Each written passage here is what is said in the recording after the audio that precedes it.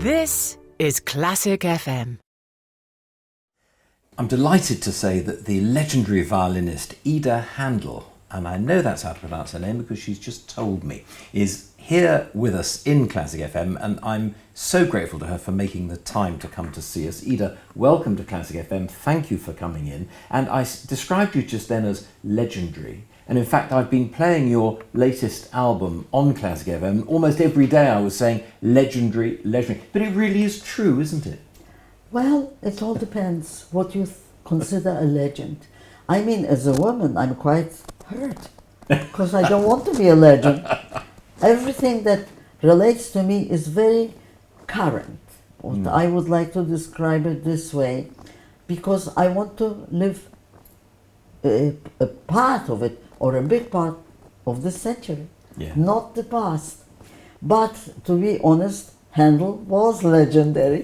So I understand, and I accept the compliment that in this case, legendary is a compliment. So I thank the world that is for how such it is a title.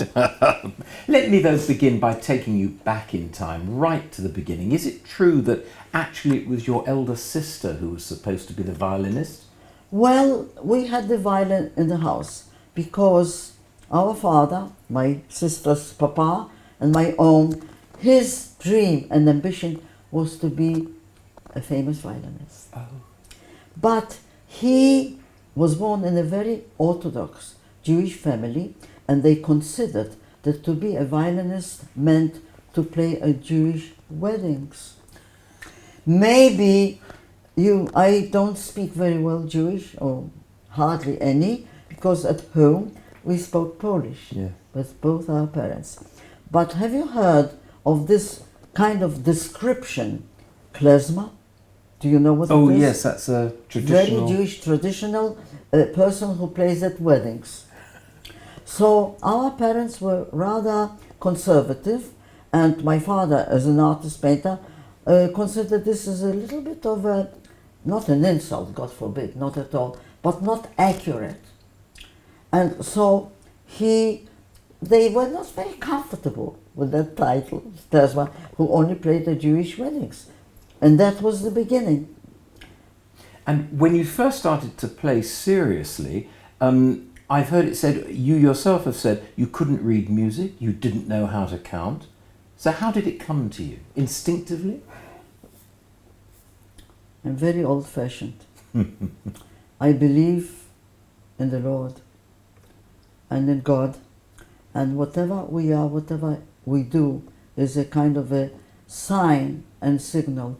I really didn't know, but I announced, and this is gospel truth,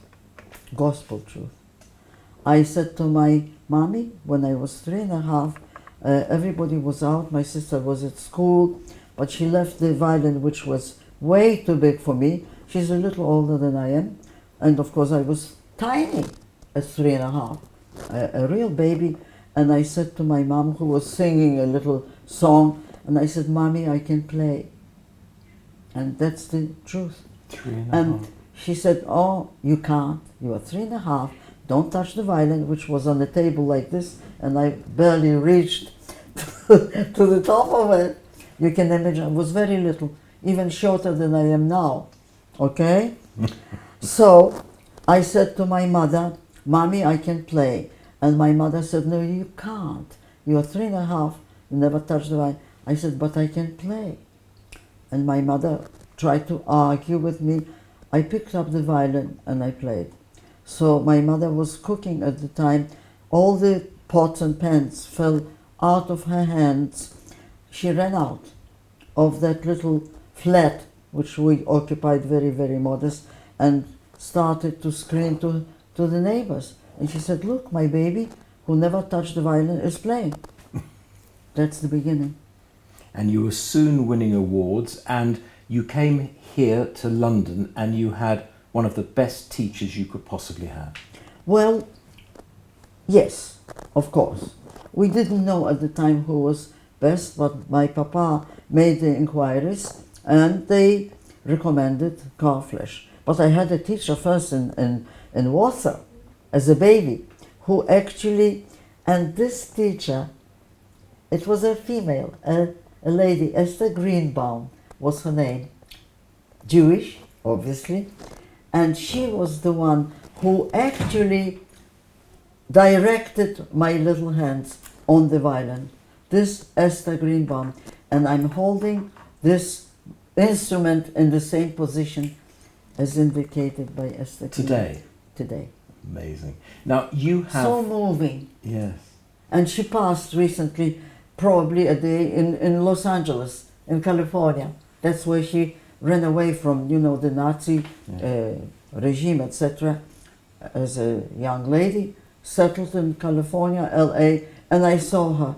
And she must have been about 100. Oh, amazing. Amazing. And she knows what She a knew. virtuoso you've become. Obviously. Now, I use the word legendary. You have worked with some legendary names. Tell me some of the great musicians, the great violinists, the great conductors you've worked with. I had the honor to play with one of the greatest Beethoven interpreters, Klemperer, Otto Klemperer. And it was quite unbelievable because he was known as I don't want to say a role model. There are some other great Beethoven interpreters, but he invited me to play the Beethoven concerto with him. And I said to myself, let's see what will happen when I start playing the Beethoven with this great maestro and such an expert and a role model. I had two of those amazing experiences. I'm not bragging because that's not okay to say something that's not true.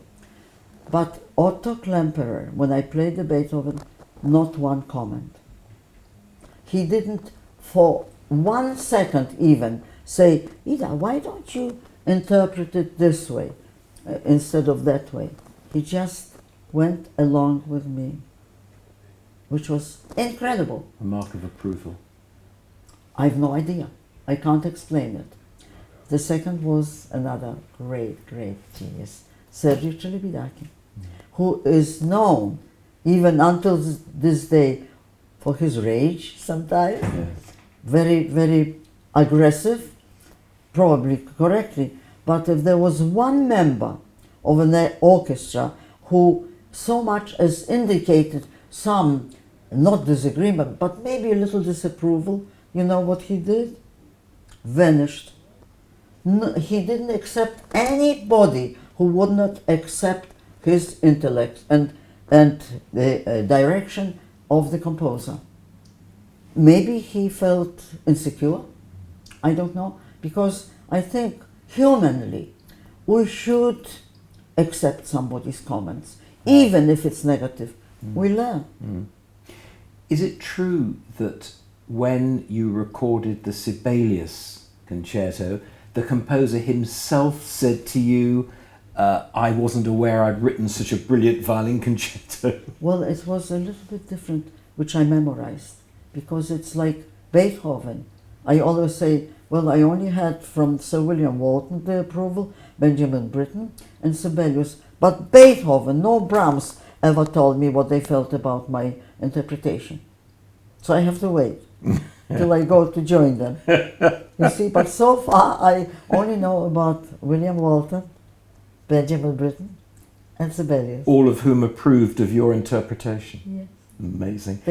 Well, what Sibelius said, may I quote him? Yes, tell me. And you won't sort of disapprove. I will not. Because it's the truth. Have the letter. And he said, I congratulate you upon your performance of my concerto, but I congratulate myself much more for having found an interpreter of your standard. Oh, amazing, amazing. That's an incredible story. To be able to get the composer's approval, not just the conductor. To such a degree? Yes. To have found an interpreter of your high standard. I mean, it's... And you have that letter? Yes, I can prove it. And I didn't write it myself. He signed it. Lovely. Tell me a little bit about your latest release, which was my Classic FM album of the week recently. It's called Chacon. Are they your favourite pieces? They're small pieces, they're intimate pieces. We're not talking of a concerto here. Do you know, truthfully, we really don't know who we are until it's too late sometimes. But something very interesting within me, and I don't know why, because I had wonderful parents who were very, very cheerful, both of them. My father was an artist painter, liked ladies very much, because he said that's how he earned his living, by paying compliments and made them sit for portraits, and then the husbands paid for it. So that was a very good policy which he used. But, and as I said, my father was full of jokes and always joked, and my mother was also not a melancholy personality. But I am. You are? Yes. I can overcome that, but there was always something within me which was leaning towards the dramatic and the tragic.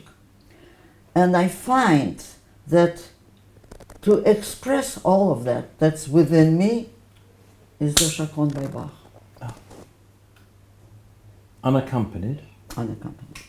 Unaccompanied. It's now arranged, you know, very often they have orchestral background or something, but I mean the... This is the single piece that you... Yes, the original is the Bach Chacona, which is, in my view, expresses everything about the human being and the life and the sadness and the tragedy of the human race. And this is on your new release, as I well know. You are an inspiring performer, Ida Haendel, and I'm grateful to you for giving us your time. Thank you. It's been a pleasure and privilege to speak to you. Likewise. Thank you. Thank you, thank you, thank you.